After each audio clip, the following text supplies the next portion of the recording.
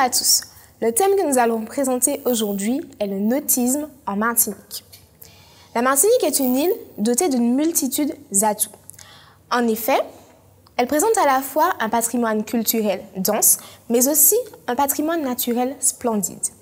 Malheureusement, à ce jour, bien que ces atouts contribuent à l'économie de l'île, ils restent largement sous-exploités. La Martinique a un véritable potentiel de développement. Aujourd'hui, ce développement ne peut se faire sans une ouverture sur le monde, afin d'attirer davantage de personnes et de rayonner à l'international. L'île aux fleurs a la possibilité d'utiliser un de ses plus bels atouts naturels, la mer, une ressource abondante en Martinique, mais un atout encore sous-exploité à ce jour. Bien que nous possédions de nombreux clubs et stations nautiques en Martinique et que nous accueillions des événements sportifs nautiques, la Martinique peut bien plus. Imaginons, et si la Martinique devenait le spot mondial des loisirs nautiques? Aujourd'hui, la Martinique s'impose déjà en tant que destination nautique de référence. Ce secteur, contribuant à l'attractivité du territoire, est une filière fondamentale pour l'activité touristique de la Martinique. Le secteur nautique martiniquais participe à l'économie de l'île à travers plus de 130 entreprises. Le nautisme est de plus une filière économique à fort potentiel de développement et de génération d'emplois. En effet, l'île aux fleurs offre un nombre important de places à quai. De plus, elle propose aux plaisanciers des services divers de qualité. En outre, la destination s'est dotée d'infrastructures performantes pour permettre l'accueil des plaisanciers. En effet, en 2012, la Martinique a accueilli près de 40 000 plaisanciers, soit 1,3% de plus par rapport à 2011. La réforme de la politique de développement touristique de la Martinique prévoit de plus, à l'horizon 2020, la modification des moyens supplémentaires afin d'augmenter les capacités d'accueil et de développer de grandes plaisances. Ce projet prévoit également une meilleure structuration de l'offre de loisirs nautiques, ainsi qu'un soutien à la création des régates. Imaginons, si nous organisions de grands événements nautiques à la Martinique, il faudrait prévoir à la fois des places à flot, des places à terre, des services techniques, des services commerciaux, des produits touristiques, des services de restauration ainsi que des hébergements. Tout ceci représenterait une rentrée économique non négligeable pour notre île. Par ailleurs, la Martinique présente un calendrier riche en événements nautiques permettant de se conforter dans l'idée d'une perspective d'avenir.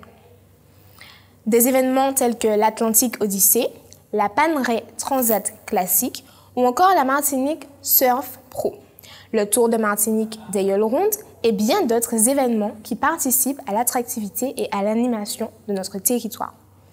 Durant ces dernières années, il y a eu un fort attrait pour la voile et de plus en plus de marinas ont vu le jour dans d'autres régions de l'île, Trois-Îlets, Robert, François. Aujourd'hui, c'est le port de plaisance du Marin qui est le plus grand et le mieux équipé. La marina du Marin est la plus importante du sud de la Caraïbe. Elle a été récompensée à plusieurs reprises. Trophée de l'Escale en 2012, Pavillon bleu depuis 2006 et destination portuaire d'excellence Odyssea en 2013. Afin d'étudier la viabilité de notre projet, à savoir faire de la Martinique le spot mondial des sports nautiques, nous avons réalisé une matrice SWOT qui met en évidence, d'une part, les forces et les faiblesses et d'autre part, les opportunités et les menaces de la Martinique. Donc, nous en avons retenu un par catégorie afin de vous les présenter. Tout d'abord, la force de la Martinique, c'est la volonté de divers acteurs de développer le secteur nautique. Malgré cette force, la Martinique reste pour l'instant tournée essentiellement vers la terre, ce qui constitue sa faiblesse. La Martinique a aussi de nombreuses opportunités, telles que l'augmentation du nombre de tourisme depuis 2012, et elle doit aussi faire face à des menaces telles que la concurrence de diverses îles de la Caraïbe. Nous allons maintenant vous présenter 3 exemples d'îles caribéennes ayant réussi dans le domaine du nautisme et plus particulièrement des régates. Tout d'abord, l'exemple de Saint-Martin. Saint-Martin jouit d'une solide réputation auprès des professionnels de la voile. Il s'y retrouve chaque année, en mars, pour la célèbre compétition Henken Regatta et en novembre pour la course de l'Alliance. Antigua. Antigua, avec plus de 200 voiliers à la Sailing Week, est également une île qui a su tirer parti de son espace maritime. L'île de Saint-Barthélemy est aussi un bon exemple de réussite dans ce domaine. Saint-Barthélemy sert à la fois de base d'entraînement aux équipes olympiques. En conclusion, plusieurs îles, malgré leur taille inférieure à la Martinique, ont réussi à créer sur leur terre des régates internationales rassemblant des personnes des 4 coins du monde. Ces îles ont su faire de leurs régates des événements incontournables, en y conviant de grands noms du monde de la voile ainsi que des artistes internationaux. À l'instar de ces îles, la Martinique peut tout à fait percer dans ce domaine. En effet, à travers ses eaux, son climat, sa capacité d'accueil, elle peut potentiellement devenir la capitale mondiale des voilus. Ou, tout au moins, l'une d'entre elles, à condition qu'elle se donne les moyens nécessaires. La Martinique réunit tous les atouts et les forces nécessaires pour développer au maximum son activité touristique. De plus, sa géolocalisation est propice au développement des sports nautiques.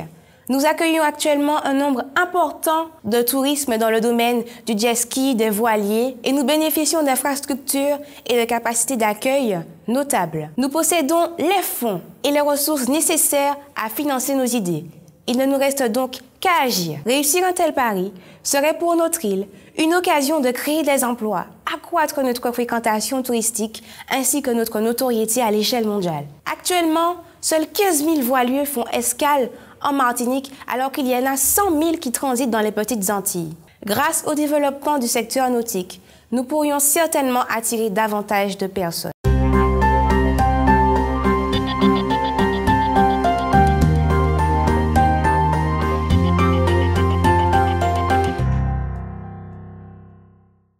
Il faut savoir qu'il y a 250 bateaux en régate, mais qu'il y a à peu près 1500 bateaux dans la baie de Dickenson Bay et de English Harbour.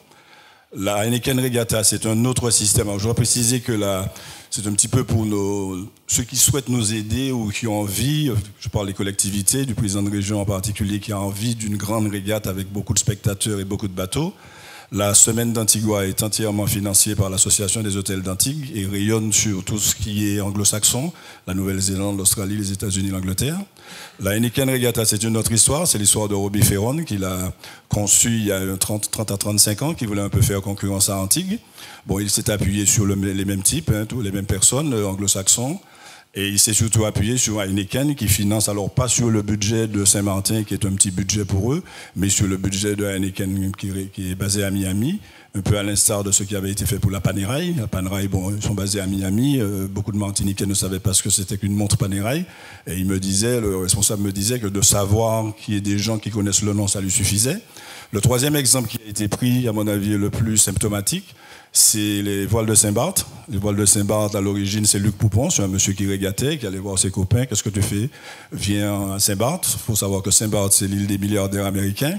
Et on va à Saint-Barth, comme on va à Cannes, comme on va à Monaco, comme on va à Porto Vecchio. Ces exemples me prouvent à moi, je ne suis qu'un simple mortel, que ce ne sont pas les exemples à suivre. Parce que c'est les types de financement que nous ne pouvons pas avoir. Il faut solliciter le partenariat privé, certes, parce que mon ami Alain Dédé, qui est à côté de moi, ne me démentira pas. Les collectivités nous disent de plus en plus qu'elles n'ont plus les moyens de nous suivre. Il faut se tourner vers un partenariat privé. Or, on a pris l'habitude en Martinique que lorsqu'on sollicite un partenaire privé, il doit y avoir un retour sur investissement. Les médias ne sont pas prêts à jouer le jeu. Et je reprends l'exemple de Saint-Barth, où il n'y a pratiquement pas de retour média immédiat. Il y a un petit journal qui ressemble un peu à un mauvais choubouloute qui paraît tous les jours, même pas le dimanche, qui raconte la régate sur, je sais pas, une quinzaine de lignes. Il n'y a pas de télévision. Télé Guadeloupe a fait des reportages, mais qui sont des reportages génériques sur Saint-Barth. Donc, à mon avis, ce ne sont pas les exemples à suivre. La question que je poserai, je vous retourne la question. Qu'est-ce que les gens qui nous demandent, je dis les gens en termes larges, qui nous demandent d'organiser une grande régate de voile moderne dans la plus belle, enfin l'une des plus belles baies du monde, en termes techniques c'est certainement la plus belle, elle est plus belle que Rio, plus belle que beaucoup d'autres baies qui accueillent de grandes compétitions. Qu'est-ce que ces gens-là veulent que nous fassions? Alors ma solution, si je peux en avoir une, et je vais terminer là-dessus pour ne pas monopoliser la parole, Comme on ne peut pas suivre l'exemple de contacter, on n'a pas les réseaux anglo-saxons, nos réseaux sont français, de chercher comment faire des voiliers français, des régatiers français qui comptent parmi les meilleurs du monde, qui sont sollicités sous les Coupes de l'Amérique. Je crois, et je me retourne vers Enrico Arsène de la Fédération française de voile, je crois qu'il faut s'appuyer sur cette ligne-là. Je ne crois pas que Sydney, Fort-de-France soit plus loin que Paris-Fort-de-France, ou Lyon, ou Marseille, ou Nantes, enfin des endroits où il y a des bateaux. Donc pour moi, ce serait ça la solution. Je ne veux pas décevoir le président de région, et je le cite beaucoup parce qu'il m'en a beaucoup parlé. La voile n'est pas un sport de spectateurs. Les gens viennent voir le Tour des Yoles, la moitié des gens, ou plus de la moitié, ne sait pas ce qui s'y passe, ils sont là pour le fun. Alors je me retourne toujours vers les gens qui sont à côté de moi parce que j'ai beaucoup échangé avec eux. J'ai un ami qui me dit on va faire une régate. J'ai dit pourquoi? Pour boire de la bière, pour entendre faire venir un orchestre, on peut faire ça. David Dimbourg, il vous met 15 000 personnes sur une plage.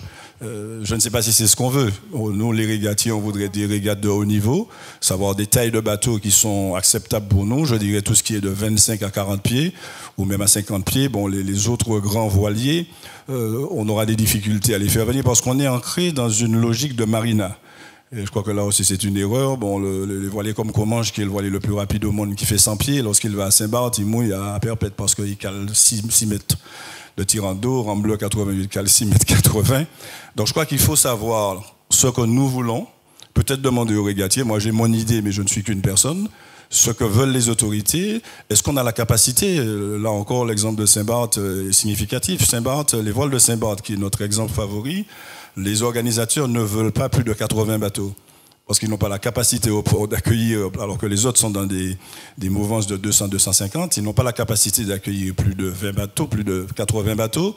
Ils n'ont surtout pas la capacité hôtelière d'accueillir plus de 1000 personnes. Il faut savoir que l'organisation, c'est 120 personnes, une trentaine de professionnels et puis le reste en bénévole, mais surtout 1000 personnes. Alors 1000 personnes à Saint-Barth, je crois que Saint-Barth fait 8 ou 10 000 habitants.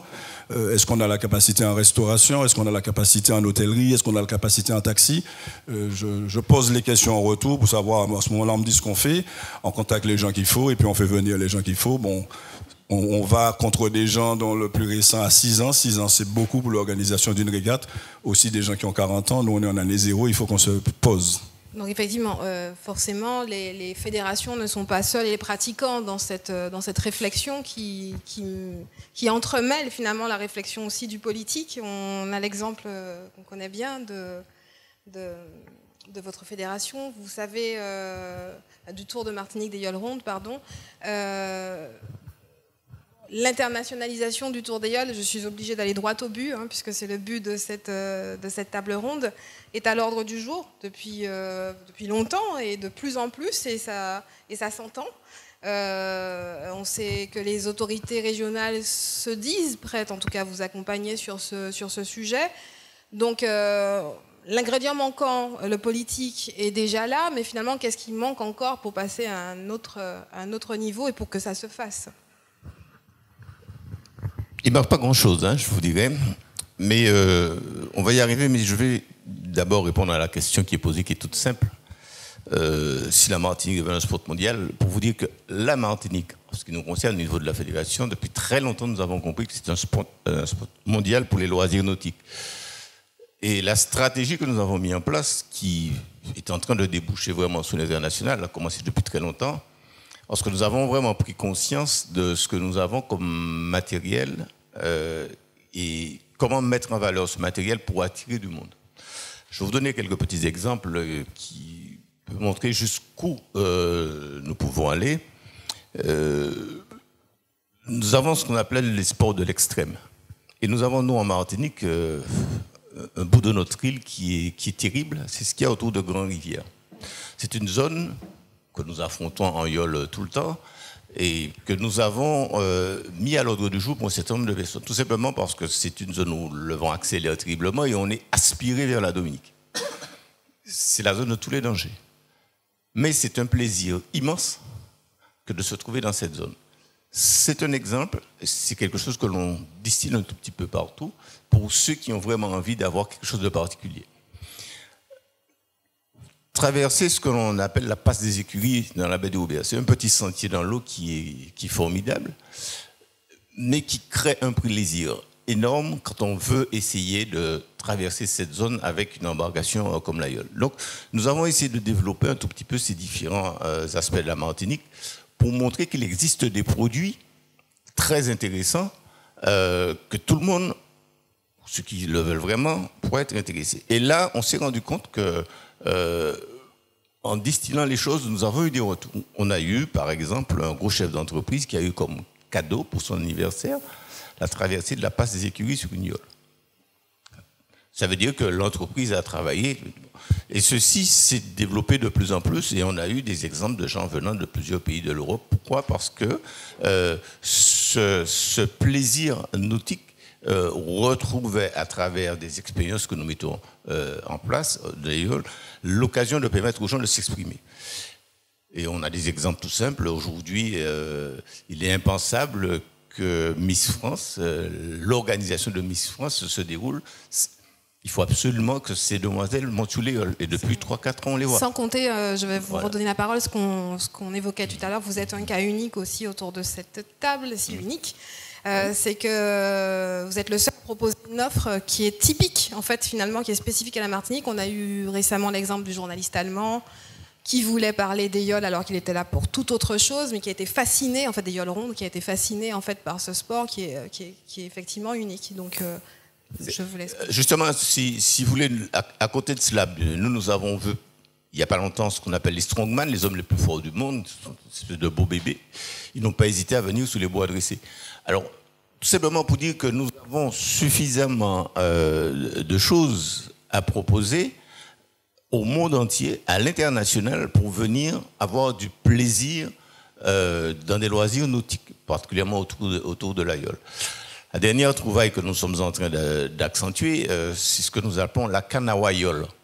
Comment nous allons allier la Kanawa, qui est un petit peu l'ancêtre des transports nautiques dans la Caraïbe, à la yole, et faire des initiations où les gens vont découvrir quelque chose de fabuleux qu'est la Kanawa et en même temps la yole.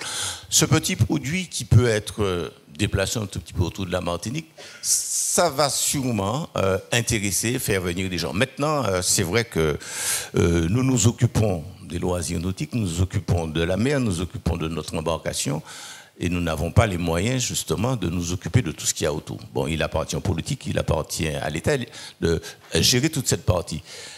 C'est vrai que le Tour de la Martinique aujourd'hui, bien, c'est l'exemple typique. On a facilement 15% de la population qui augmente au mois d'août, tout simplement parce que les yoles se mettent en mouvement et qu'il faille à côté, bien que toute la Martinique se prenne en charge au niveau des transports, au niveau de l'hébergement, de la restauration et tout, pour pouvoir justement profiter de cet afflux de personnes.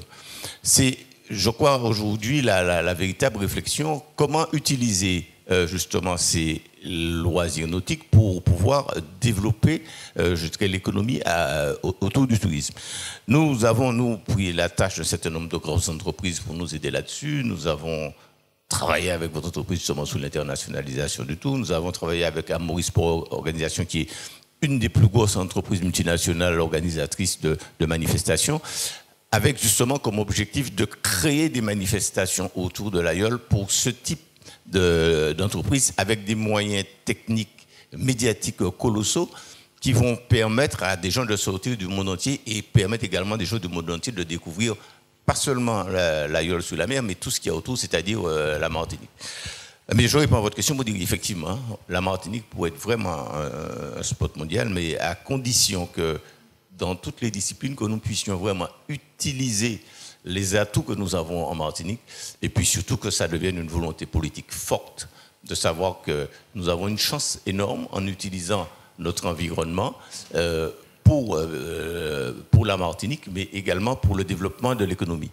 Et la dernière chose que je voudrais ajouter, qui est extrêmement important et qui a vraiment toute son importance, ce spot mondial, nous avons fait une petite expérience dans la baie du Marin, avec une yole que nous avons adaptée pour les personnes en fauteuil roulant.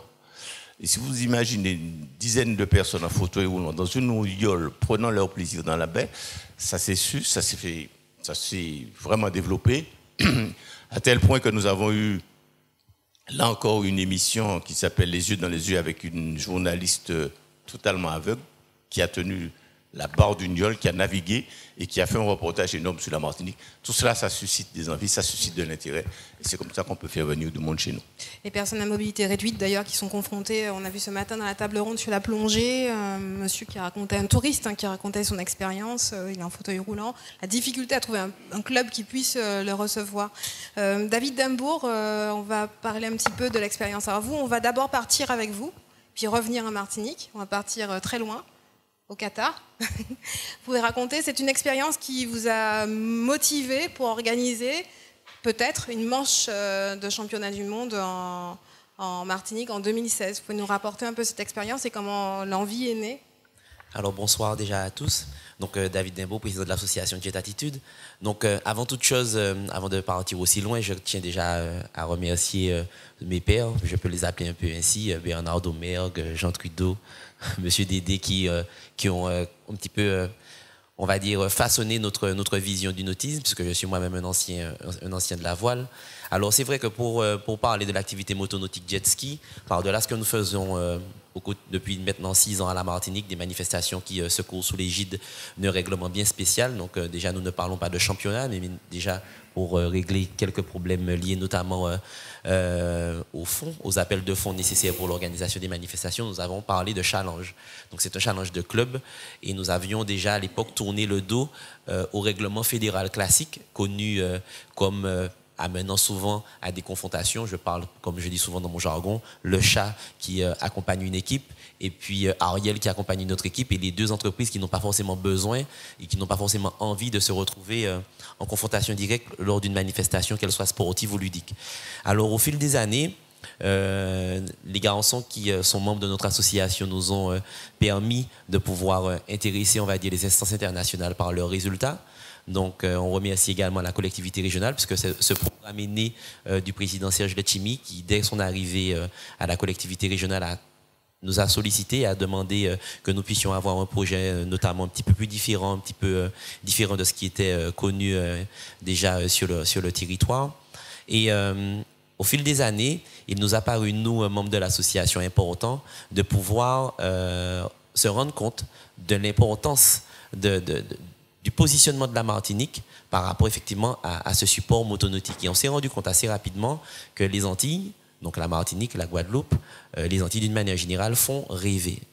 Et c'est le sens de ma participation à cette table ronde. J'adhère totalement à tous les propos qui pourraient être tenus et j'adhère également à la thématique. Je pense que la Martinique a tout le potentiel nous permettant d'être une destination rêvée. Donc, ces dernières années, nous avons longtemps mis en place des campagnes de lobbying avec la collectivité régionale pour voir jusqu'où nous pourrions aller par rapport à l'intérêt que pourraient nous porter ces grands décideurs d'activité, de l'activité motonautique, en l'occurrence la société, la fédération UIM, l'Union internationale motonautique, jusqu'à ce que nous réussissions enfin à intégrer ce fameux championnat du monde de vitesse qui se déroule sur 5 grandes étapes: Doha au Qatar, l'Italie, la Chine, les Émirats arabes unis, l'Espagne et l'Italie. Je crois que j'ai déjà dit l'Italie. Mais voilà. Donc, aujourd'hui, nous sommes en train de découvrir ce championnat du monde. Nous sommes en train de rencontrer les organisateurs qui, très rapidement, nous ont déjà fait parvenir le cahier des charges nous permettant d'organiser cette manifestation si les élus, si nous trouvons l'appui nécessaire au niveau des collectivités pour qu'une de ces manches rentre, pour que la Martinique rentre dans ce circuit. C'est vrai que depuis la Martinique, on a souvent du mal à se rendre compte du regard que les extérieurs, des personnes extérieures peuvent porter sur notre destination. Et on s'est rendu compte, quand on s'est rendu au Qatar, que, aussi riche qu'ils puissent être, avec les moyens qui n'ont vraiment absolument rien à voir avec ce que nous avons, ils sont tous désireux de venir en Martinique parce qu'ils savent combien, mine de rien, les Antilles, la Caraïbe, c'est une belle destination avec, bien sûr, tout ce qui fait sa force, son littoral, la qualité de ses eaux, la beauté, entre guillemets, de nos forêts, de notre nature. Et aujourd'hui, j'adhère complètement à cette idée, comme je le disais tout à l'heure. Ils sont prêts, ils ont envie de venir. Alors, il y a un certain nombre d'écueils, tels que notre capacité à pouvoir nous plier à leur cahier des charges, puisque mine de rien, ce sont des manifestations organisées autour de principes d'organisation relativement lourds, puisque les destinations qui les accueillent mettent à la disposition de ces organisateurs des moyens relativement importants. Donc aujourd'hui, la question est posée, M. Trudeau l'a abordé, nos élus, la presse, les partenaires privés, sont-ils prêts à faire les efforts nous permettant de positionner des manifestations, qu'elles soient voile, qu'elles soient surf, qu'elles soient jet ski, qu'elles soient paddle, qu'elles soient natation, kayak, à la Martinique? À notre niveau, nous avons déjà obtenu le blanc-seing de la Fédération internationale. Le président de région nous a reçus personnellement déjà à plusieurs reprises sur ce point. Je sais qu'il mène avec l'ensemble de ses services une profonde réflexion et nous espérons effectivement qu'à l'horizon de 2016 ou 2017, nous pourrons nous auréoler d'avoir une manifestation internationale jet ski à la Martinique. D'autant qu'effectivement, vous parliez du cahier des charges. Dans votre cas, c'est un cahier des charges, je crois que c'est 12 nations en fait, qui est autour de... Donc c'est assez lourd, des centaines de personnes à déplacer, avec toutes les problématiques auxquelles on ne pense pas forcément de manière évidente. D'accord, il y a la mer, il y a les jets, mais aussi les coûts, enfin, les visas à mettre en place. C'est une logistique extrêmement lourde et conséquente, quoi. Oui, en fait, pour comprendre... C'est une organisation extraordinaire. Les machines, pour parler de nos deux Martiniquais, Fidélin et Concourier, quand ils ont intégré le circuit, ils ont d'abord dû envoyer leurs machines au Luxembourg. Après, les machines sont prises en charge, donc elles sont quasiment sous séquestre et elles font un tour complet.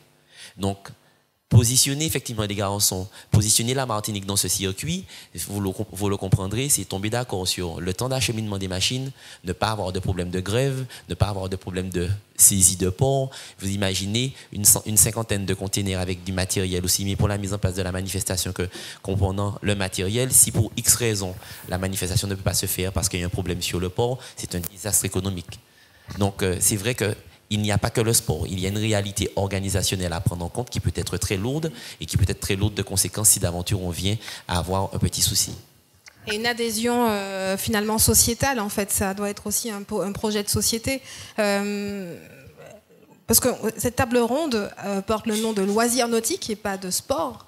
C'est volontaire aussi, c'est un parti pris. Pour bien marquer ce parti pris, nous avons invité M. Domergue, qui justement, lui, transmet la passion de la mer, et de la terre d'ailleurs, vous le disiez ce matin, bien au-delà de la compétition, de la course à la vitesse.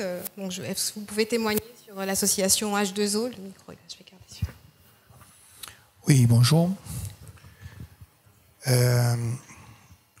Avant de parler un petit peu de ce que nous souhaitons faire à H2O, je vais d'abord partager ce qu'a dit M. Trudeau sur Saint-Barthélemy, parce que c'est vrai que Saint-Barthélemy a une très belle régate. Hein.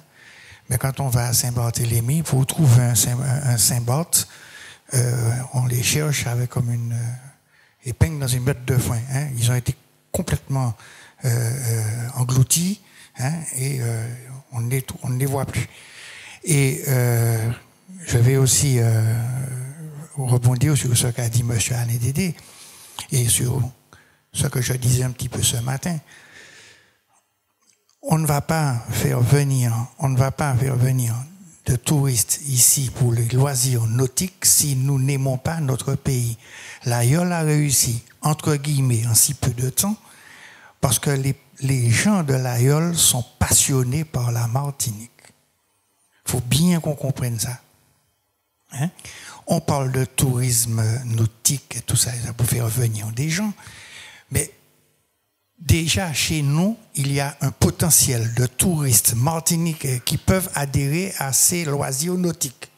Mais seulement pour le moment, ils sont attirés vers les gros 4x4, vers les grosses BM, vers les dernières tablettes, vers les derniers téléphones, etc., etc. On leur dit que c'est ça le plus important. Hein? Donc, s'ils ont d'aussi grosses voitures, là, en plus, de l'autre côté, j'entends les officiels du tourisme dire oui, on accueille des touristes à petit pouvoir d'achat, ceci, cela, ils dépensent 10 euros, 12 euros. Alors, selon les études des touristes de croisière, ils dépensent entre 12 euros et 40 euros, enfin bref. Mais nos touristes en Martinique, ils ont de l'argent. Je suis désolé. Quand je vois les 4x4, les BM, les Mercedes, les trucs qu'ils se payent, si on arrive à les faire participer à nos loisirs nautiques, eh bien, on a gagné, on n'aura même plus besoin des autres. Enfin, je schématise. Hein? Bon. Donc, grosso modo, notre volonté à H2O, c'est surtout ça. C'est-à-dire que nous souhaitons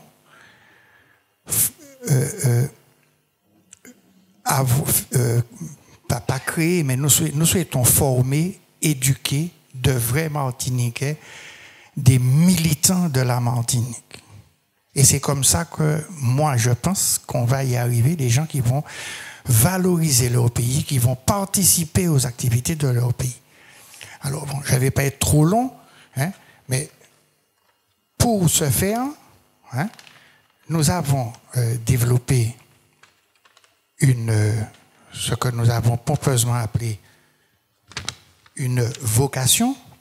Alors, notre vocation, c'est au travers des activités sportives, aquatiques et nautiques et de pleine nature, favoriser l'épanouissement, le développement personnel, encourager des comportements citoyens, soutenir des démarches éducatives durables et solidaires, découvrir, apprendre et protéger l'environnement de la Martinique, naturellement. Voilà notre vocation. Et tout le sport, toutes les activités sportives, aussi bien de pratiques sportives éducatives, parce que pour réussir ça, enfin pour faire ça, je ne sais pas si nous avons réussi, nous avons défini derrière ça 6 axes éducatifs qui vont de l'éveil à l'éducation corporelle, avec les tout petits, les très petits même, puisque nous avons même une activité aquatique prénatale, jusqu'à la formation. Et donc notre vocation, c'est ça. Nous ne sommes pas dans une course à la médaille, nous ne sommes pas dans une championite aiguë, même si nous avons un axe compétitif que nous avons appelé confirmation des pratiques sportives.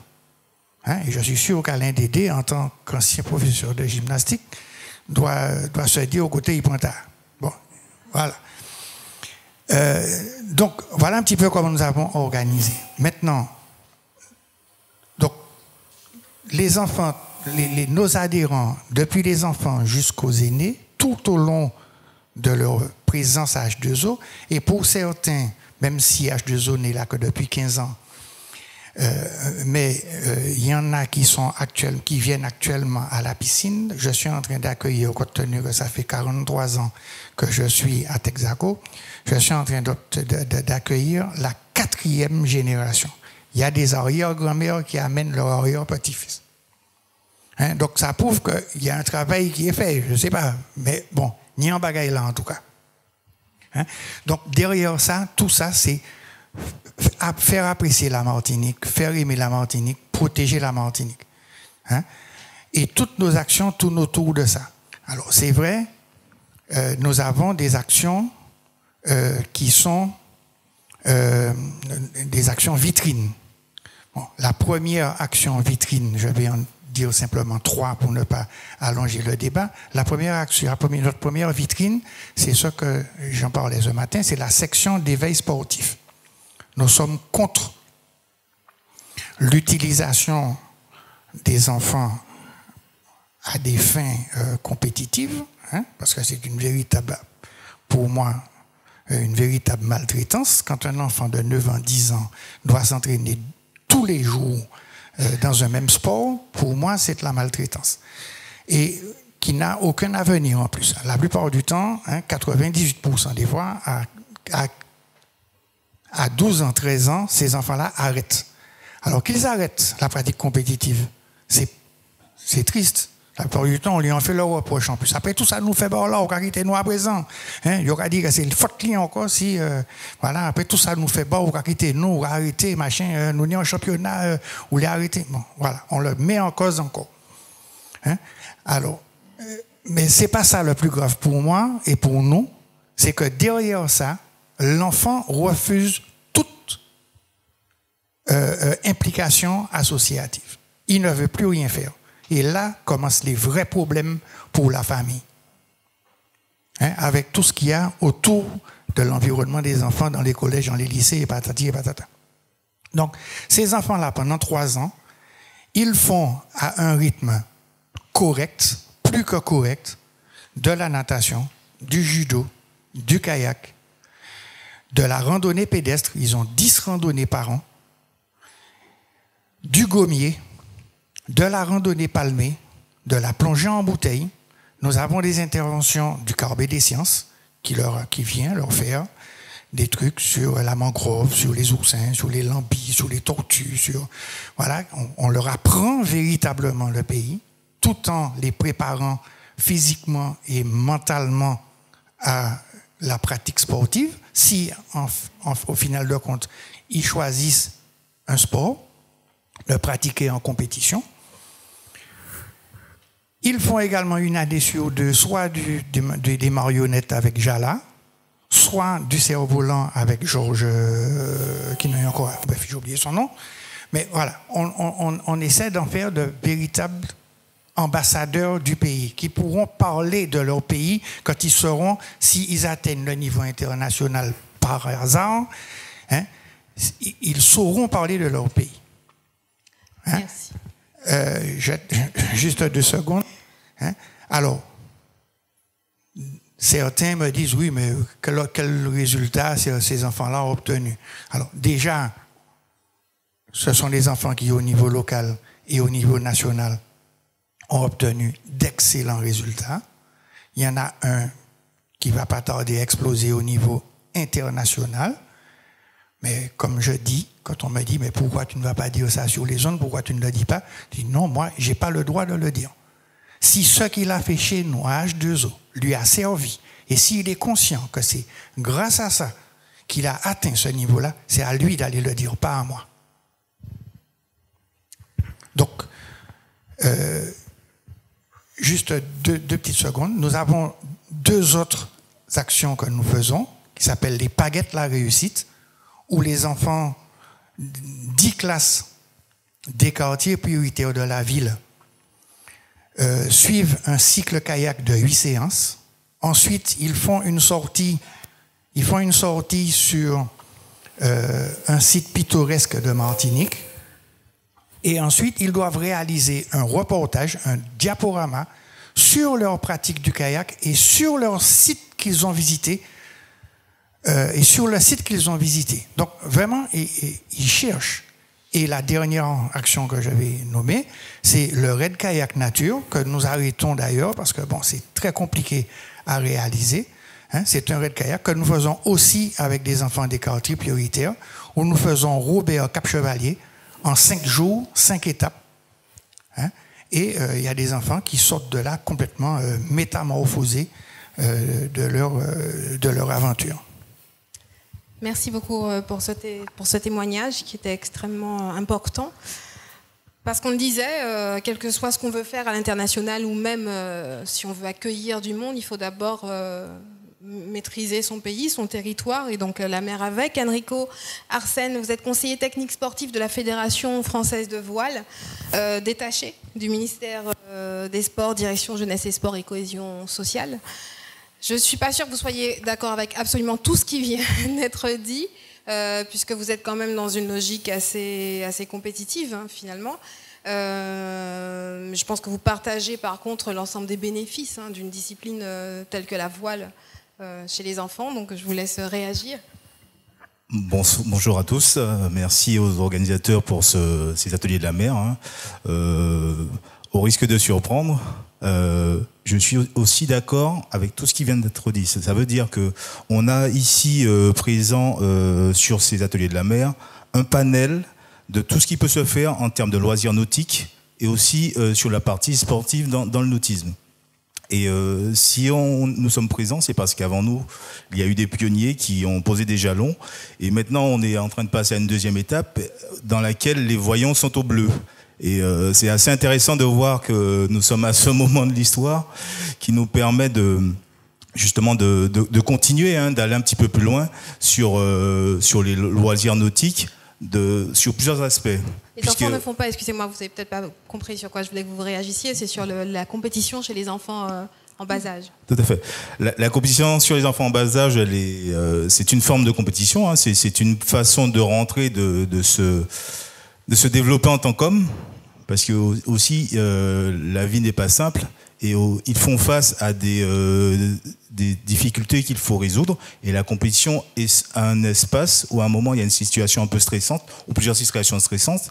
Et le fait de le maîtriser relativement tôt peut permettre de grandir mieux. Voilà.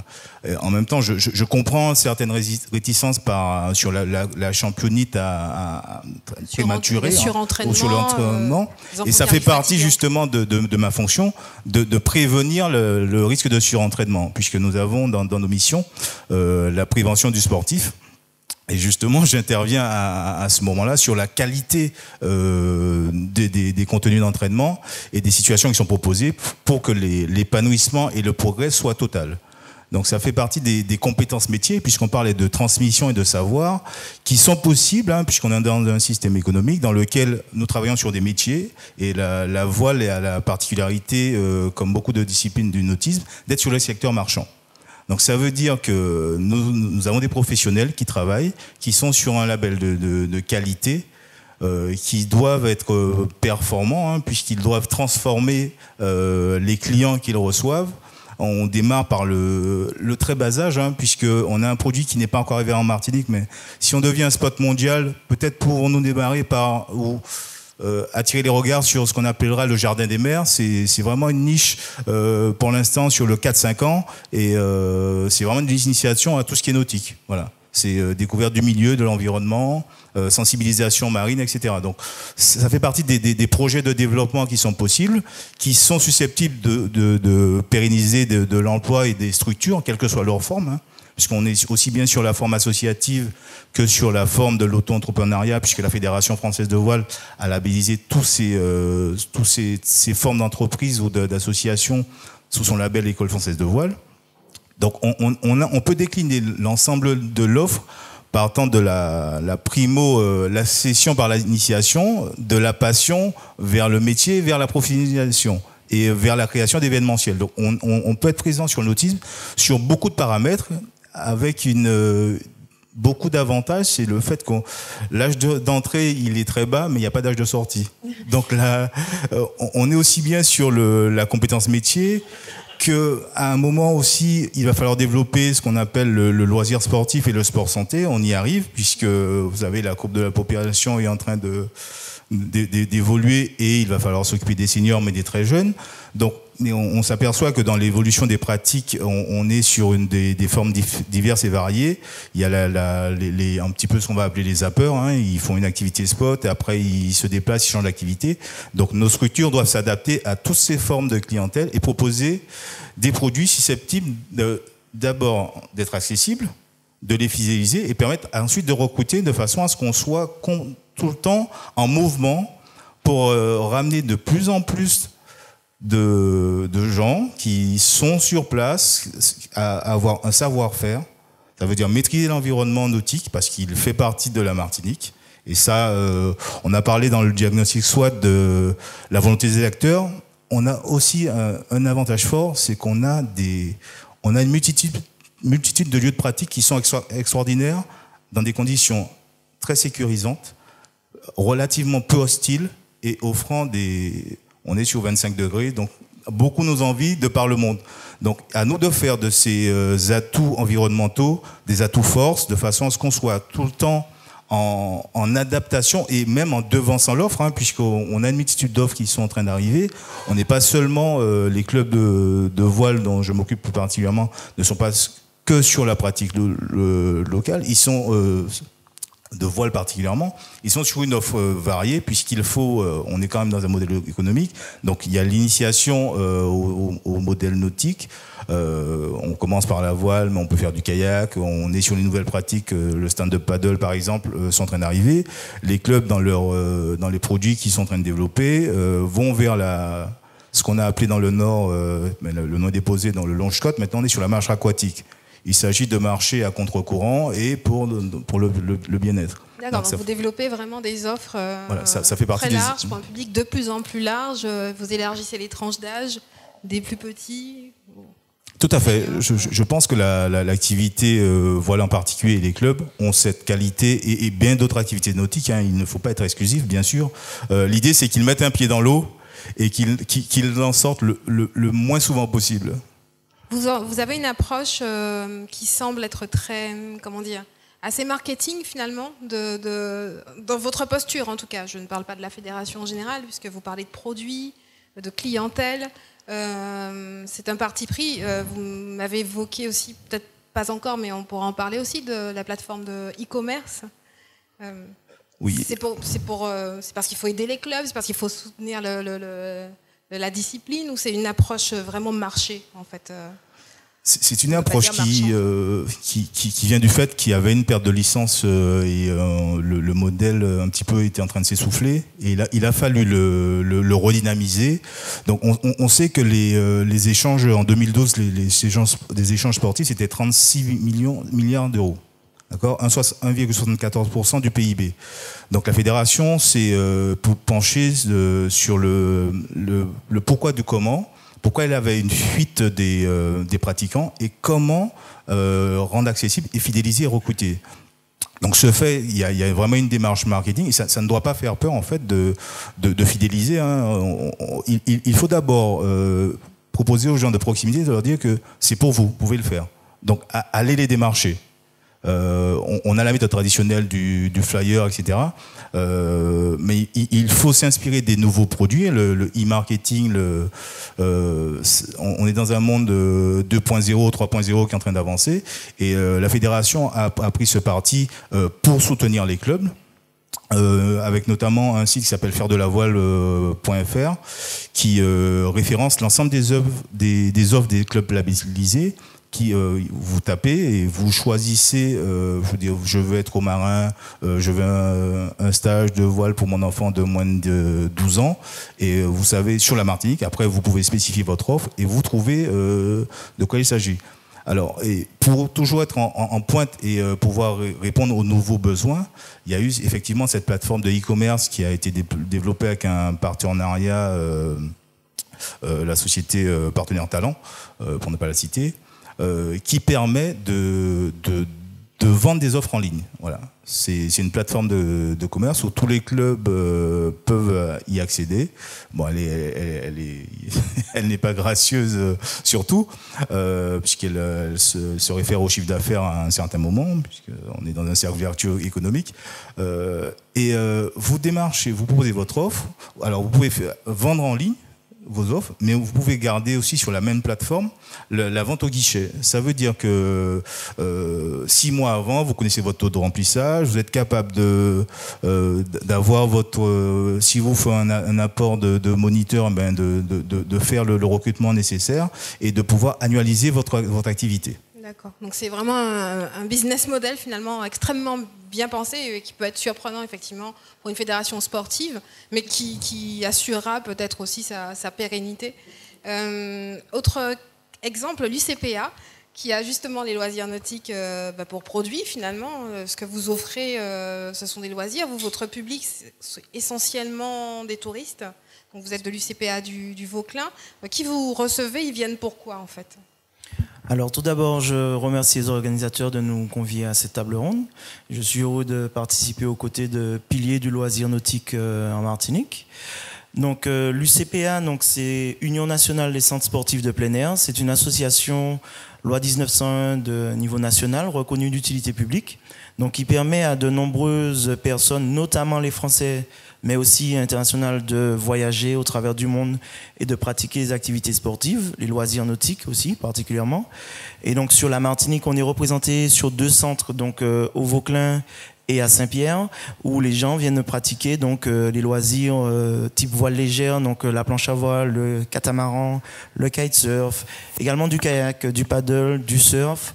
Et sur Saint-Pierre, particulièrement la plongée sous-marine. Donc nous, on reçoit principalement des touristes venant de la métropole, comme je l'ai précisé, mais également des internationaux. Donc on a une plateforme de réservation en Suède, on a le Canada, on a les États-Unis, on a un peu toute l'Europe de l'Est, mais c'est des passages moins fréquents, bien sûr, que les touristes venant de la métropole. Donc ces gens, qu'est-ce qu'ils recherchent ? Ils cherchent une destination, premièrement, sécurisante. Ils cherchent, comme disait M. Dimbourg, une destination de rêve. Donc, ils viennent aux Antilles, parce que les Antilles, ça fait rêver. Et ils viennent nous voir pour pratiquer ces activités de manière hebdomadaire. Donc, ils restent 1 semaine, 2 semaines, et ils viennent, ils pratiquent la planche à voile ou autre activité en stage intensif.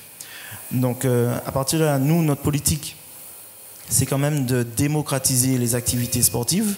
Donc, sur la Martinique, on essaye quand même de faire en sorte qu'un maximum de personnes puissent pratiquer. Donc, nos séjours ont des tarifs qui sont relativement bas, permettant d'être accessibles. Mais également, on se diversifie. Donc, on ne touche pas que les touristes. On touche aussi le public de Martinique sur du loisir de proximité avec les jeunes en situation de handicap, les jeunes défavorisés. On travaille avec les foyers de jeunesse de Martinique pour permettre à moindre coût aux jeunes de pratiquer ces activités. C'est là où je rejoins les collègues sur ce côté de masse locale, car d'abord, il faut quand même que les Antillais s'orientent vers cette activité pour qu'ils puissent à leur tour la proposer aux autres. Donc aimons d'abord ce qu'on fait chez nous et ensuite les autres aimons ce qu'on fait. Alors là où on se heurte quand même, les contraintes qu'on a, c'est bien sûr, on en a parlé, donc c'est les contraintes sociales. Donc effectivement, on a des touristes qui viennent pratiquer ces activités. Maintenant, même si monsieur veut pratiquer l'activité, il vient avec madame ou les enfants, il faut qu'il y ait d'autres choses qui soient proposées et des facilités d'accès. Donc souvent, il faut que les déplacements soient facilités sur la Martinique. Il faut que dès l'aéroport, il y ait une prise en charge qui soit assez rapide. Il y a pas mal de services qui ne doivent pas bugger pour qu'on puisse, être rayonné dans ce domaine. Donc voilà, en gros. Là, en tout cas, ce qui vous rejoint tous, c'est que pour faire de la Martinique un spot mondial des loisirs nautiques, il faut déjà en faire un spot des loisirs nautiques ici et donc permettre la pratique au plus grand nombre, bien au-delà d'ailleurs de la question de la championite aiguë. J'aime beaucoup ce mot, donc je vais le garder. Est-ce que quelqu'un aurait une question ou une intervention? Je ne sais pas si M. Donard est là. Non, il n'est pas venu. Est-ce que quelqu'un aurait une... Madame ?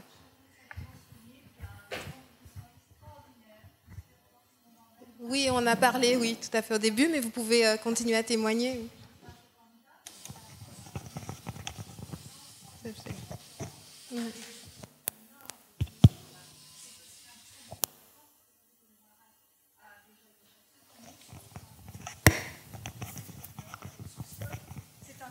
Voilà. Merci, c'est bon. Merci beaucoup. Effectivement, on en a parlé au début. Donc, on les a eus. L'un d'entre eux qui devait être juré a failli venir, mais ça mettait presque en péril l'organisation. On a pensé à un Skype, mais c'était un peu compliqué. Et c'est extraordinaire ce qu'ils font. Ça a été énorme. On les a vus hier soir. Je ne sais pas si vous avez vu, puisqu'il y a beaucoup de journées loisirs nautiques dans la salle, sur Surf Plus, qui est la chaîne provisoire que Canal Plus a mis en place pour retransmettre l'événement. C'était rediffusé sur ATV aussi.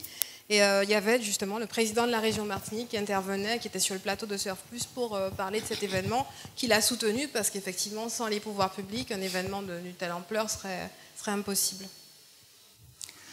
Oui, Richard Rosemin. On a parlé tout à l'heure de championnites et de jeunes. Pour pouvoir trouver des champions, il faut déjà une masse de sélection.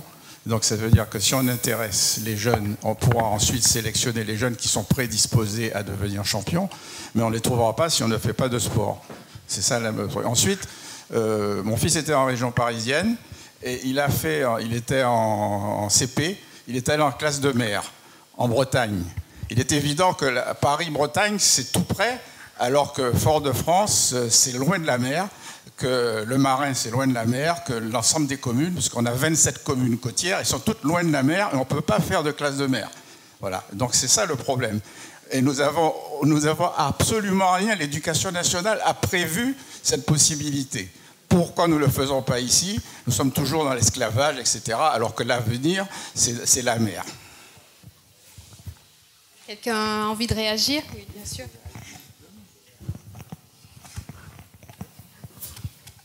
Oui, je ne suis pas contre la pratique sportive de haut niveau. Hein. J'ai dit que nous, H2O, nous sommes contre la championite aiguë. C'est-à-dire prendre des enfants le plus tôt possible, les matraquer avec la même discipline sportive pour lui faire croire qu'il est un champion, le submerger de médailles et surtout faire croire à ses parents qu'ils détiennent le futur champion du monde, qu'ils ont pondu, excusez-moi le terme, hein, le futur champion du monde de machin, et on arrive à faire croire à des parents de 9 ans, qui ont des enfants de 9 ans, 10 ans, hein, que leur enfant sera champion du monde. On va faire séance. On y en tête l'éti, c'est-à-dire qu'on prend en tête l'éti, vous mettez là et vous refaites l'éti. Voilà, vous savez qu'au bout de tant de jours, vous gagnez en l'éti. En tient mais c'est pas en l'éti. Hein.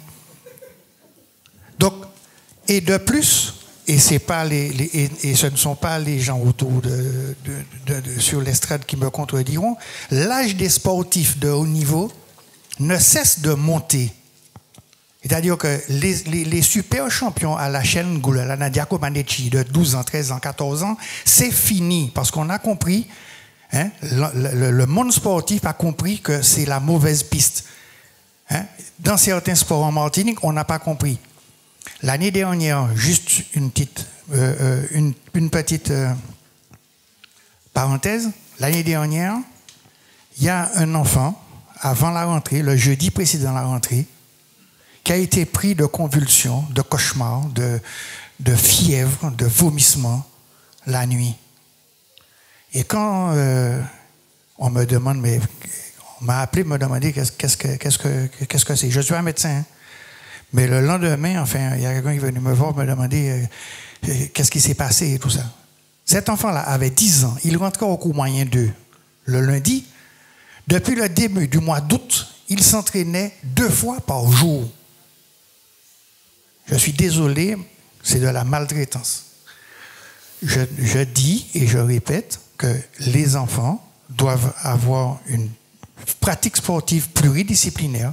À l'âge de 11 ans, 12 ans, ils choisissent et ensuite, on leur a donné un certain nombre de bagages pour arriver au haut niveau.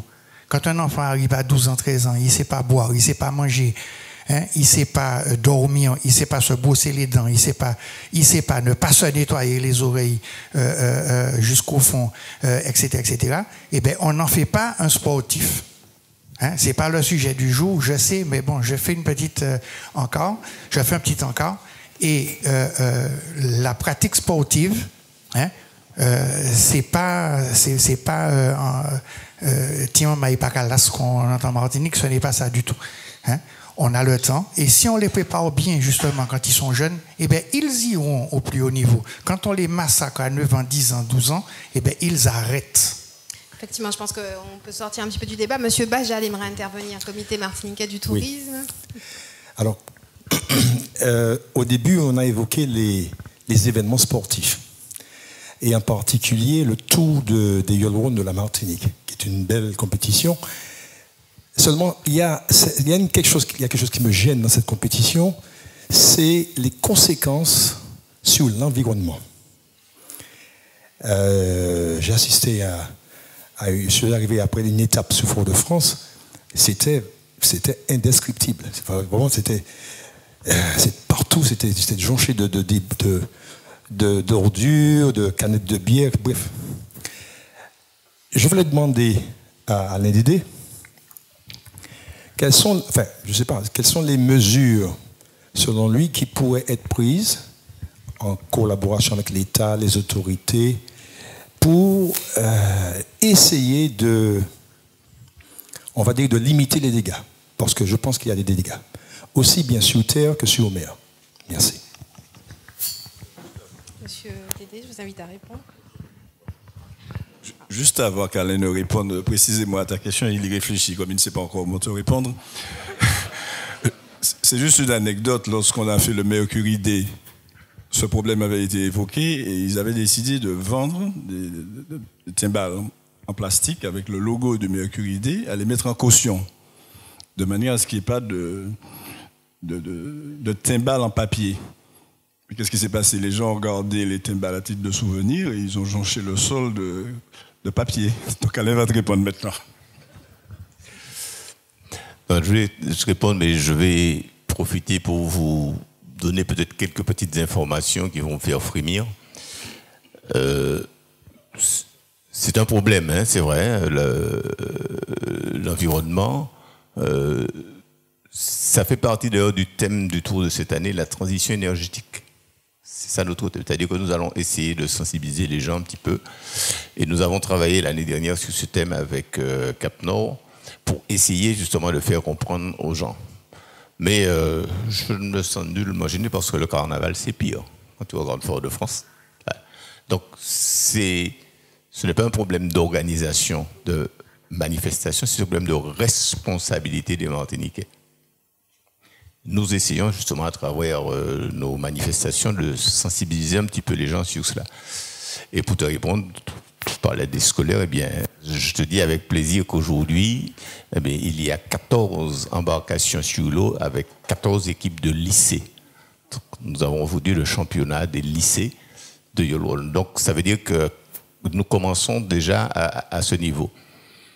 Maintenant, ce que je voudrais vous dire qui est extrêmement important, c'est que à travers la Yolwol, nous avons su chercher les bonnes ressources pour nous permettre de faire connaître notre Martinique, tout en sachant que tout ce qui nous intéresse, c'est la Yole. Le reste, c'est notre problème et nous ne savons pas gérer. Ce n'est pas par hasard si le prince Henrik du Danemark a voulu saluer la reine à la barre du Niol devant le Cap-Est. Ce n'est pas par hasard. Pareil. Oui, monsieur. Merci. Vous suivez. Vous savez, ce n'est pas du tout par hasard si notre nouvel évêque, Daniel Macaire, dans sa tête pense que le pape pourra venir en Martinique, tout simplement parce qu'il a su que le pape François a été émerveillé à la découverte d'une yole qu'a offerte le Monseigneur Méranville à Jean-Paul II et qui est exposée au Vatican. Et qui s'est dit, pourquoi ne pourrais-je pas aller voir cela? Maintenant, tout ce qui va se passer derrière, l'organisation, ce sera autre chose. Il y a des courses qui sont, enfin, c'est pour essayer de recentrer un petit peu parce que j'ai peur qu'on se disperse au niveau environnemental. Après, il y a la responsabilité aussi des citoyens, enfin, sans répondre à votre place, hein, des citoyens. Il y a des courses qui se labellisent comme le Mercury Day, qui se part en fait comme ça d'un discours environnemental très fort pour responsabiliser les participants en leur donnant des consignes précises sur la gestion de leurs déchets. Donc c'est pas que je veuille interrompre ce débat extrêmement passionnant sur l'aspect environnemental, qui pourrait nuire au tourisme. Je comprends, monsieur Bajal du CMT, pourquoi vous en parlez. Mais est-ce qu'on peut essayer de revenir un petit peu sur le sujet qui est d'attirer des étrangers, comme vous venez de le dire hein, d'ailleurs, qui peuvent éclairer, mettre en lumière, donner un coup de projecteur sur nos disciplines et nos loisirs nautiques et notre capacité en ce sens. Vous vouliez continuer? Je voulais juste vous parler du dernier projet que nous sommes en train de caresser et qui nous espérons pouvoir l'organiser, qui rentre dans le droit fil de la grande réflexion que nous avons menée sur l'internationalisation de l'Aïol. Jean et moi, nous avons un vieil ami qui s'appelle Freddy Newhouse. Freddy, c'est le champion olympique du 4x400 mètres en 1986 à Montréal. Et Freddy a été battu, c'est un ami que j'ai venu plusieurs fois en Martinique, c'est un Américain qui a une très grosse entreprise, qui est très connu, et qui a été battu par un Cubain qui s'appelle Alberto Quantorena, qui lui aussi a développé énormément de choses. Et l'idée que je suis en train de caresser avec Freddy, c'est de faire revenir ces deux ennemis de la piste, qui sont quelque part des amis en Martinique, dans le cadre du réchauffement entre les États-Unis et Cuba. Et imaginez qu'il y aura 2 yoles dans la baie de Fort-de-France avec ces 2 hommes. Nous savons gérer une initiation, qu'elle soit internationale, et là je me retrouve vers Nelly tout à l'heure, parce que nous allons entrer dans une dimension internationale, donc il va savoir parler cubain, parler américain, donc avoir des gens pour pas expliquer ce qu'est l'Aïol, mais expliquer ce qu'est l'identité même de la Martinique avec sa Aïol. Donc gérer sur l'eau, ça c'est notre problème, on sait faire.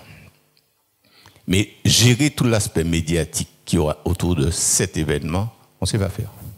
D'autres devront le faire. Gérer tout l'aspect politique qu'il y aura autour de ça, qui mettra la Martinique vraiment au cœur d'un événement mondial, nous ne savons pas faire. La YOL est là pour créer l'événement et à nous derrière d'utiliser, et là je me retourne vers les entreprises auront quelque chose d'énorme à gérer. Les droits de vente de ces images, ça rapportera peut-être plus que 2 cornets de pistache aux entreprises et à tout le monde à savoir gérer. C'est pas notre souci, on ne sait pas faire. Moi je sais c'est tenir une YOL, tenir une pagaie, border une voile, je ne sais pas gérer ce type de choses. Tout ce que je sais, c'est que à travers la YOL et à travers l'imagination que nous avons dans nos relations, si nous arrivons à créer ce type d'événement, eh bien, il appartiendra à la Martinique, justement, d'en profiter, parce que là, on ne sera pas à l'international, mais sûrement au mondial. Voilà le petit projet qu'on essaie de caresser. Et ça, c'est à la Martinique demain de gérer. Merci pour cette intervention. Donc, une intervention de M. Domergue qui m'a promis d'être court. Et après, M.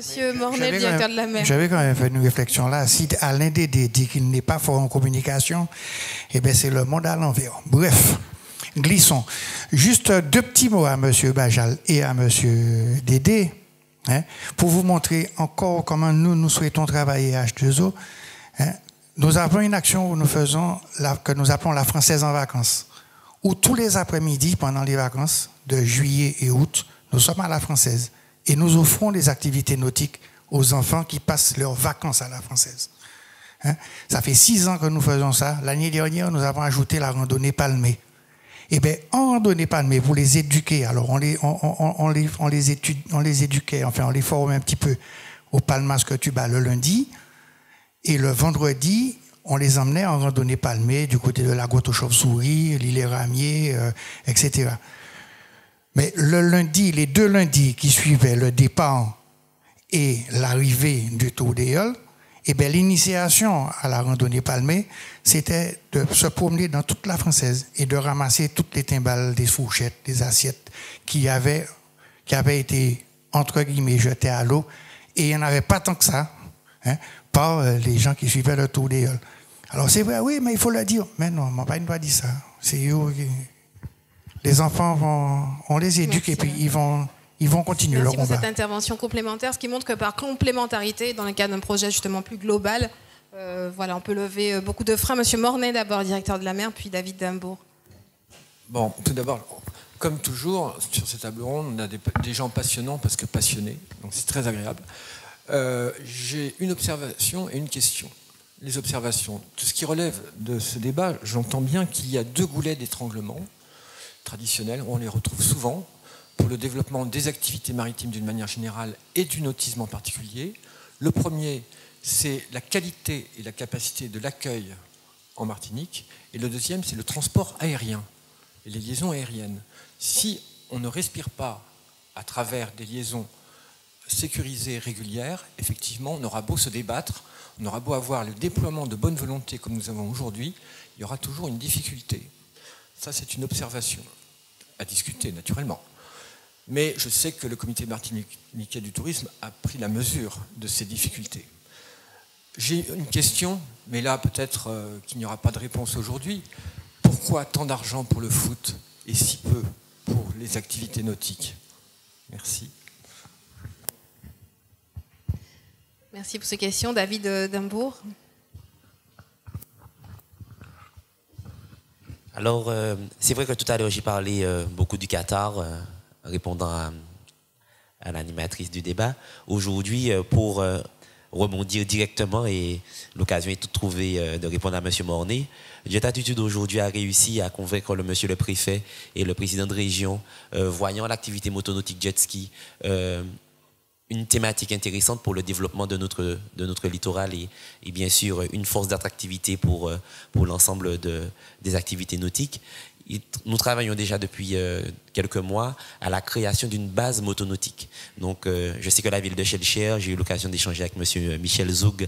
Je sais que beaucoup de villes aujourd'hui cherchent à avoir un ancrage. Et pour répondre, pour revenir concrètement sur le débat, aujourd'hui, l'activité motonautique jet ski, telle que nous la déployons, a été longtemps une activité sportive.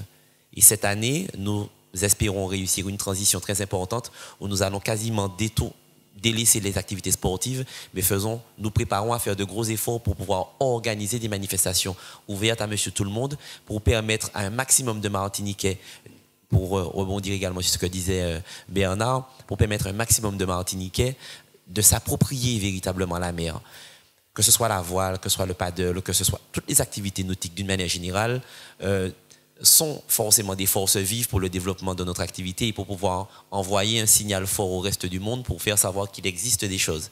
Donc aujourd'hui, nous, entre guillemets, le petit pousset de ces grandes entités nautiques, puisque nous arrivons depuis à peine une petite dizaine d'années, pour répondre à M. Mornay, l'État, puisque M. le Préfet, avec un partenariat que nous sommes en passe de signer avec le RSMA, la collectivité régionale, sont en train déjà de travailler à la mobilisation de moyens pour pouvoir créer cette base motonautique, pour être assez rapidement en capacité de pouvoir dire à toutes ces personnes que nous rencontrons dans le reste du monde, vous pouvez dorénavant venir en Martinique, il existe des infrastructures vous permettant de venir avec vos engins, alors à l'occasion d'une manifestation telle que le Tour des Yoles, Mercury Beach et d'autres manifestations qu'il faut continuer de créer pour avoir cette force d'attractivité. Et en termes d'emploi, justement, de création d'emplois, qu'est-ce que ça pourrait représenter, puisqu'il y a une dynamique économique qui accompagne cette création? Je vous remercie pour cette question qui me permettra de rebondir. En 2014, Jet Attitude a accepté, entre guillemets, a bien voulu jouer le jeu de l'embauche avec les emplois d'avenir.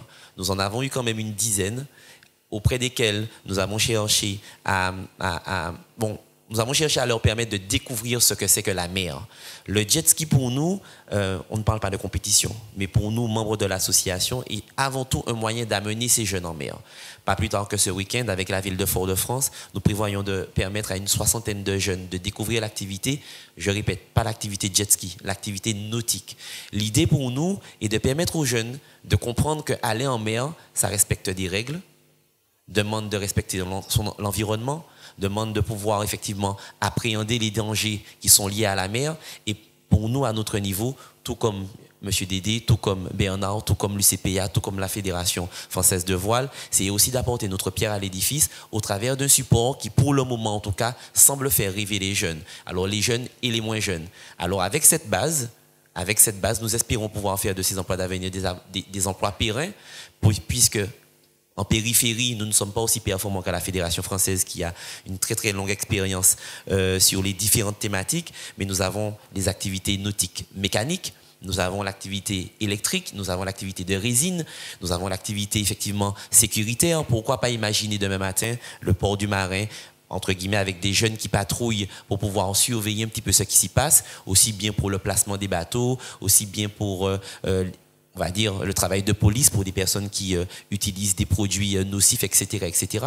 Donc aujourd'hui, nous pensons, l'État, Monsieur le Préfet que nous remercions et le Président de région également, nous pensons qu'effectivement, cet outil peut être effectivement une force d'attractivité pour permettre, entre guillemets, de rajouter au panel qui existe déjà. Alors justement, en parlant d'insertion, j'allais donner la parole à Monsieur Trudeau, sauf si Monsieur... Vous voulez rester dans le sujet ou... Non, c'est juste pour répondre à Monsieur Mornay, après je reviendrai. Pour dire que, effectivement, le Qatar se positionne pour la Coupe du Monde depuis pas mal de temps et nous avons rencontré déjà du monde. Ils sont intéressés par cette organisation avec quelque chose de spécifique, dont la Yole Round. Donc c'est déjà une ouverture terrible. Et nous, dans les relations que nous avons, nous essayons... Nous avons reçu l'invitation de faire de l'initiation à la Yole dans les arrivées d'étapes sur la côte méditerranéenne du Tour de France à la voile. Et si dans ces initiations, nous arrivons à mettre quelqu'un comme Zizou sur une Yole, on fera le football venir avec son argent en Martinique. Oui, donc ce sera comment on va travailler. Alors avant de prendre une question du public, c'est pour reprendre le fil en fait des ateliers de la mer, et si la mer créait des emplois, donc on a commencé à avoir une belle perspective avec David Dimbourg. Donc Monsieur Trudeau, si vous pouvez nous donner envie aussi en matière d'insertion dans le domaine de la voile. Je sais que vous avez caressé un projet. Plus que le caresser, il est en train d'être réalisé. Juste un élément de réponse pour Monsieur Olivier Mornay. Pourquoi tant d'argent dans le foot? Il s'agit d'un poids économique, un poids politique. La Ligue de football, c'est près de 13 000 licenciés avec 60 clubs structurés. La Ligue de voile et des gens qui jouent au football. La Ligue de voile, c'est 1000 ou 1200 licenciés et pas tous pratiquants sportifs de la voile. Donc c'est juste des éléments de réponse. Pour répondre à votre question plus directement, ce projet il est plus que caressé, il est très avancé. C'est un projet d'insertion par la voile qui est sur une idée d'Éric Barré, dont je salue la présence. Il est avec Jérôme Watts, qui est le fabricant des bateaux que nous allons utiliser. Nous comptons démarcher 148 jeunes inscrits à Pôle emploi de 8 à 25 ans, les former à la voile. Alors sur des bateaux, premier choix c'est un bateau sportif, un bateau de 25 pieds. Pourquoi un bateau sportif ? C'est pas la peine de les mettre à conduire dans une 2 chevaux. Si demain ils vont conduire une Ferrari, on les met tout de suite dans la Ferrari, de manière à ce qu'ils fassent leurs armes. C'est un escalier, cette progression. Alors s'ils aiment la mer, ou s'ils n'aiment pas, ou si ça les dégoûte, ou s'ils n'y arrivent pas, ils auront une formation professionnelle. Alors tout le long du parcours, sur 3 ans, cette formation va du mécanicien de base, le porteur d'outils, disons, au technicien réparateur de yacht de luxe, le monsieur qui rentre dans le yacht de luxe avec sa cravate et son costard et sa mallette à 50 000 € et qui facture ses prestations assez chères. Donc voilà le projet. Côté projet sportif, cet escalier va nous mener à une jonction avec la Ligue de voile. Donc au départ, comme on a des gens en insertion dont on ne connaît pas du tout l'identité, tout ce qu'on sait, c'est qu'ils sont inscrits à Pôle emploi. Alors je rappelle, je l'ai découvert, donc je l'indique, qu'à Pôle emploi, il n'y a pas que des abribus, il y a des bacs plus 8. Donc nous allons faire un amalgame de ces gens et les mélanger avec les licenciés de la Ligue de voile, sortir des champions que nous envoyons en France dans un centre de formation qui est à Camaret. Et avec tout le parcours, on en sélectionne une dizaine pour arriver à devenir des navigateurs. Notre ami Éric Barré, qui prend un peu d'âge comme moi-même, va passer la main. Il va faire le recrutement. Les bateaux, alors ça c'est la filière... la filière sportive, la filière économique, si vous voulez, nous allons commander 5 bateaux directement chez Jérôme Watts et les autres 38 bateaux seront assemblés en Martinique avec la perspective d'en fabriquer d'autres pour une distribution dans toute la Caraïbe. En termes de création d'emplois, alors c'est, disons, un certain niveau, style cadre A, c'est 4 moniteurs brevetés d'État pour s'occuper de la base, un directeur administratif, un directeur financier, un préparateur, et bien sûr la construction de chantiers déjà sur le territoire de Saint-Joseph. Donc ce chantier sera aussi bien et servira aussi bien pour l'assemblage des bateaux que pour la réparation, parce que nous aurons des dégâts certainement, puisqu'il s'agira de bateaux de compétition, et ensuite mettre les bateaux à disposition des municipalités, parce qu'il s'agira de démarcher 4 jeunes par commune. Donc on a déjà vu un certain nombre de communes, je parle de communes internes qui ne sont pas des communes côtières. Le maire d'Ajoupa-Bouillon, qui est par ailleurs président de la société, l'association des maires, était tout à fait enchanté de savoir qu'il pourra avoir 4 jeunes bouillonnais qui vont aller faire de la voile, contrairement à ce qu'on peut penser. Parce qu'en fait, le problème de la Martinique, on l'a un petit peu évoqué tout à l'heure, beaucoup d'hommes politiques en particulier disent qu'il faut tourner la Martinique vers la mer. Bon. Je ne sais pas si c'est Bernard qui a dit ce matin que notre habitude de la mer, c'était à Pâques et à Pentecôte, où on n'allait même pas se baigner, on était près de la mer pour manger le matoutou. Donc je crois qu'avant de tourner les Martiniquais vers la mer, et je me retourne encore vers Bernard Domergue, il faut alors apprendre à nager, parce qu'il ne s'agit pas d'envoyer des gamins traverser l'Atlantique ou en compétition n'importe comment, qu'ils sachent nager, donc ça c'est une première partie. Et les mettre vraiment à la voile, et comme je dis, dans la partie filière. Alors, il y a beaucoup de métiers, si vous voulez. Les métiers de la mer sont assez récents en Martinique, disons une trentaine d'années environ. Donc, il y a un certain nombre de gens installés ici qui vont devoir partir à la retraite. Et puis, il y a beaucoup d'autres métiers. Enfin, on parle d'une trentaine de métiers ciblés, mais il y a beaucoup d'autres métiers dont on ne connaît pas l'existence. Et comme je disais ce matin, je serais très content dans quelques années de rencontrer un jeune qui m'a dit « Monsieur, je suis passé chez vous et j'ai monté mon entreprise, je me suis installé en Martinique ». Donc j'ai essayé de schématiser ce projet qui est un projet d'insertion par la voile ambitieux. Nous avons fait un tour de table il y a 2 ans, mais malheureusement les instances ont changé, le sous-préfet n'est plus le même. Donc aujourd'hui Comment Vous en êtes à quel stade aujourd'hui? On est au stade d'attendre une confirmation du financement européen. Il faut solliciter le FSE et le FEDER. Et avant d'avoir vraiment la confirmation, tout est déjà prêt. Jérôme Watts, il est justement venu présenter son bateau lors du salon du Smile.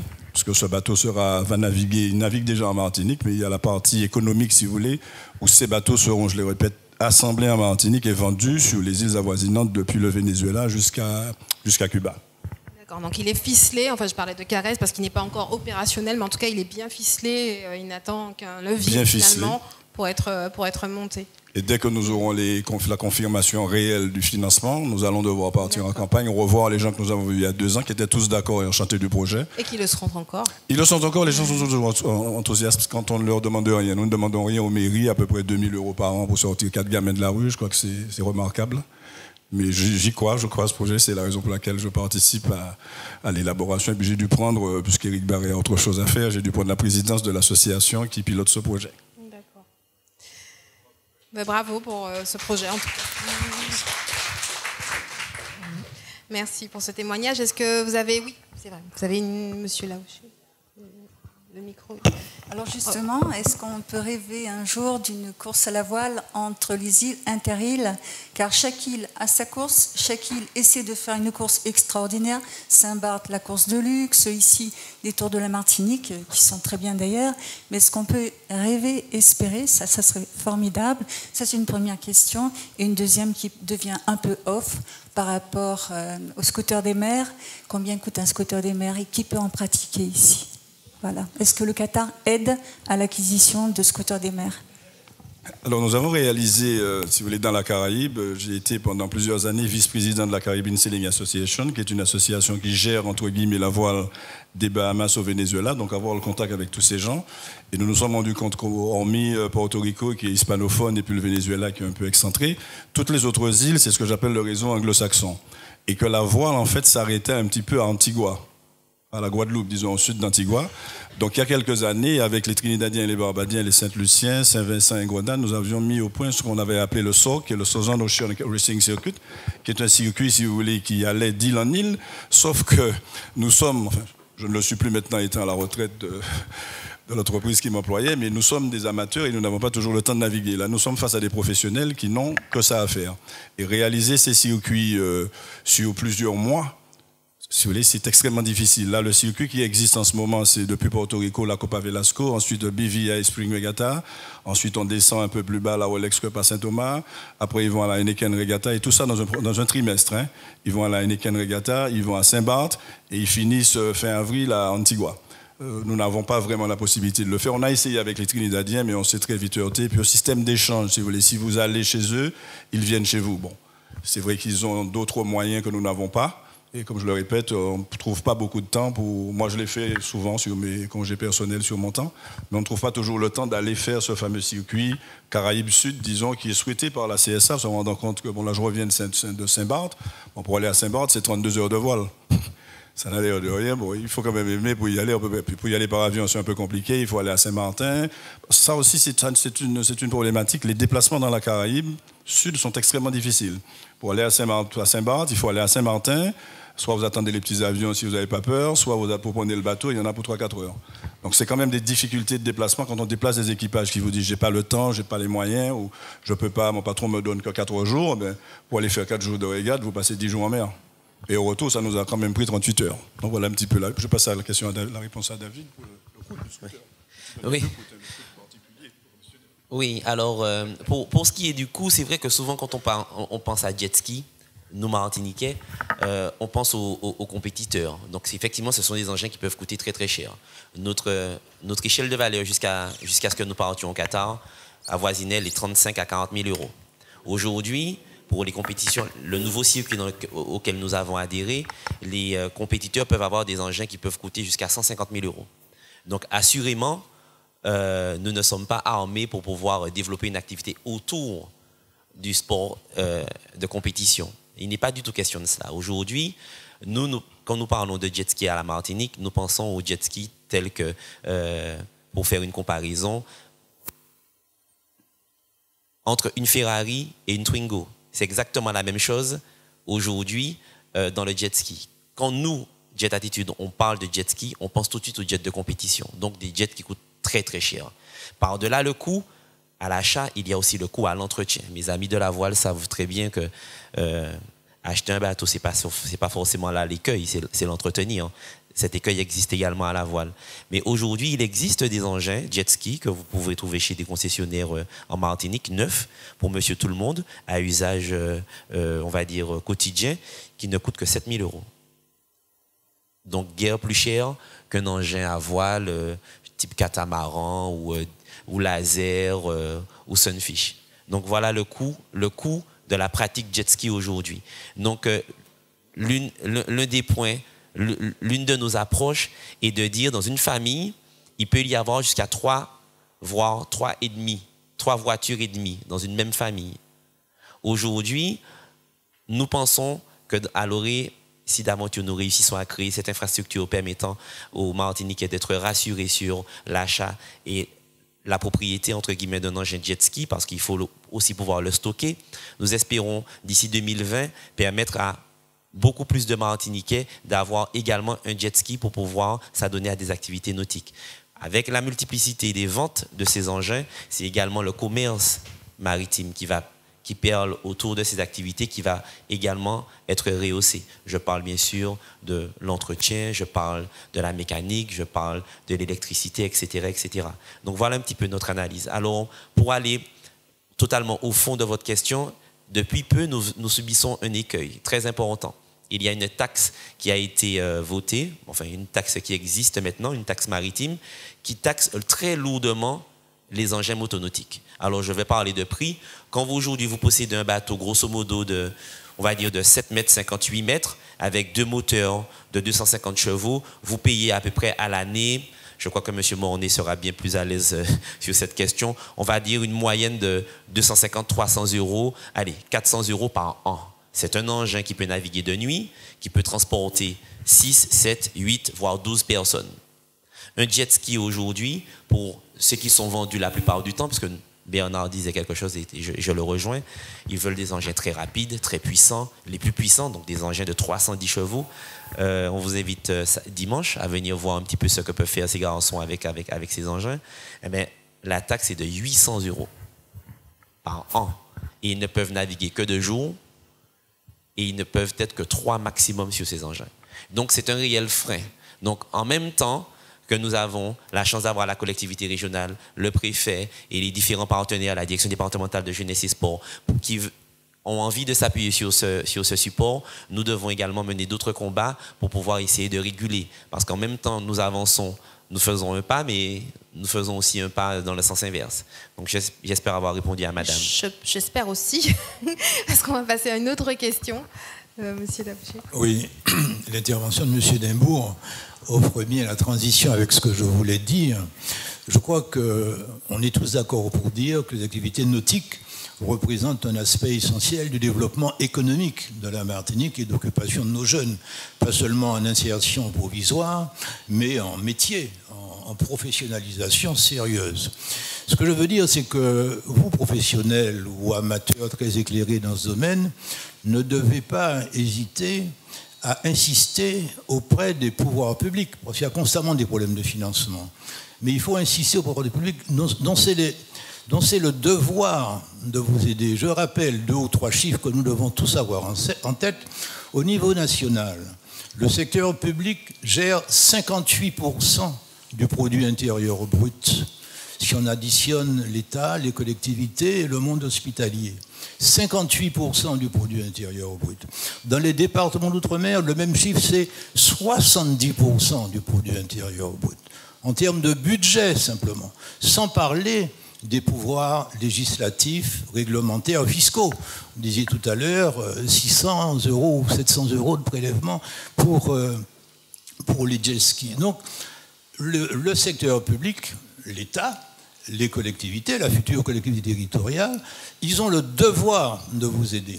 Quand on fait l'addition, ce sont des simulations qui ont été faites par la région et le département récemment, quand on fait l'addition des 2 budgets du Conseil général et du Conseil régional, c'est-à-dire aux collectivités territoriales dans quelques mois, on s'aperçoit que la part du développement économique est inférieure à 3% quand on additionne les 2 budgets. 3%.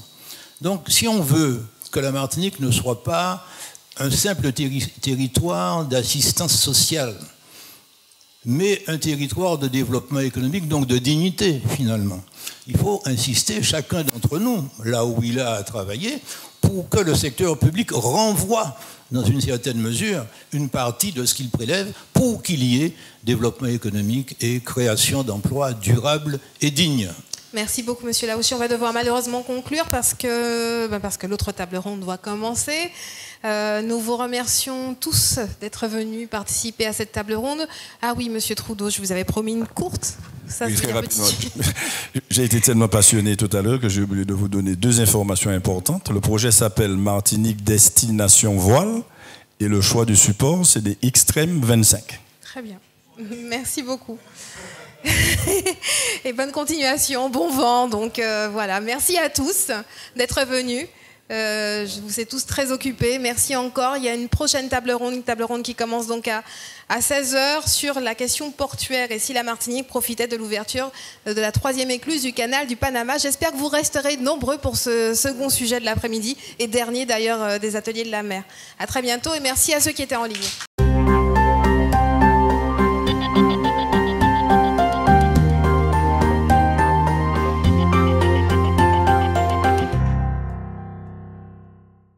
Bonjour à tous. Le thème que nous allons présenter aujourd'hui est le nautisme en Martinique. La Martinique est une île dotée d'une multitude d'atouts. En effet, elle présente à la fois un patrimoine culturel dense, mais aussi un patrimoine naturel splendide. Malheureusement, à ce jour, bien que ces atouts contribuent à l'économie de l'île, ils restent largement sous-exploités.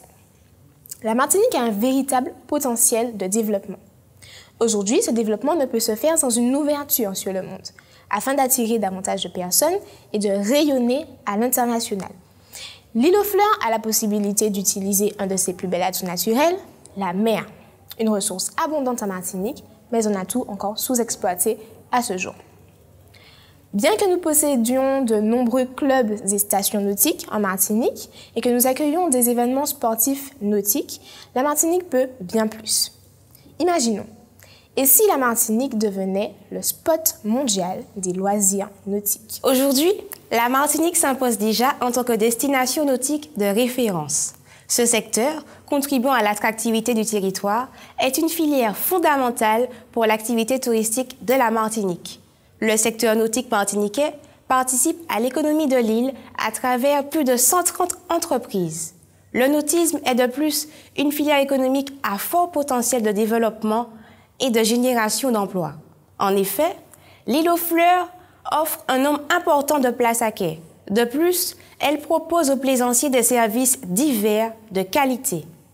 En outre, la destination s'est dotée d'infrastructures performantes pour permettre l'accueil des plaisanciers. En effet, en 2012, la Martinique a accueilli près de 40 000 plaisanciers, soit 1,3% de plus par rapport à 2011.